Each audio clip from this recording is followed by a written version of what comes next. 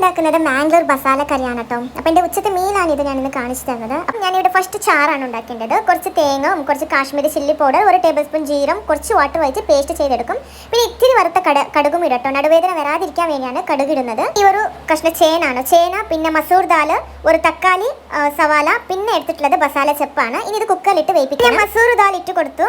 ഇനി ഇതിലേക്ക് നമ്മൾ കട്ട് ചെയ്തിട്ടുള്ള തക്കാളി ഉള്ളി ഇട്ട് കൊടുക്കാം. ഇനി മസാല ചെപ്പ് ഇടണം. ഇനി ഇതിലേക്ക് നമ്മൾ ആഡ് ചെയ്യുന്നത് ചൂർണ്ണ കണ്ടാണ് ആഡ് ചെയ്ത് കൊടുക്കുന്നത്. ഒരു സൈഡിൽ ഓൾറെഡി നമ്മൾ മാറ്റി വെച്ചിട്ടുള്ള മസാല ഉണ്ടോ, തേങ്ങ മസാല, അതൊന്ന് ആഡ് ചെയ്ത് കൊടുക്കുന്നുണ്ട്.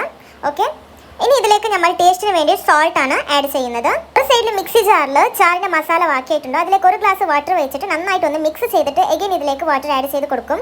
2 ഗ്ലാസ് വാട്ടർ ആഡ് ചെയ്തിട്ട് നന്നായിട്ട് ഇതൊന്ന് മിക്സ് ചെയ്തിട്ട് ഇത് കുക്കറിൽ നമ്മൾ 4 വിസിൽ വരുന്ന വരെ ഇതൊന്ന് വേവിപ്പിച്ച് എടുക്കണം. വിസിൽ വരുന്ന വരെ വേവിക്കാൻ പറ്റും. മസാല കറി റെഡി ആയിട്ടുണ്ട്. മസാല കറിക്ക് വേറെ വെജിറ്റബിൾസും ഇടാം. പപ്പായ ഒക്കെ ഇട്ടാൽ ഭയങ്കര നല്ല കോമ്പിനേഷൻ ആയിരിക്കും. പിന്നെ ഫിഷിന് ഇങ്ങനെ 1 കപ്പ് ചോറ്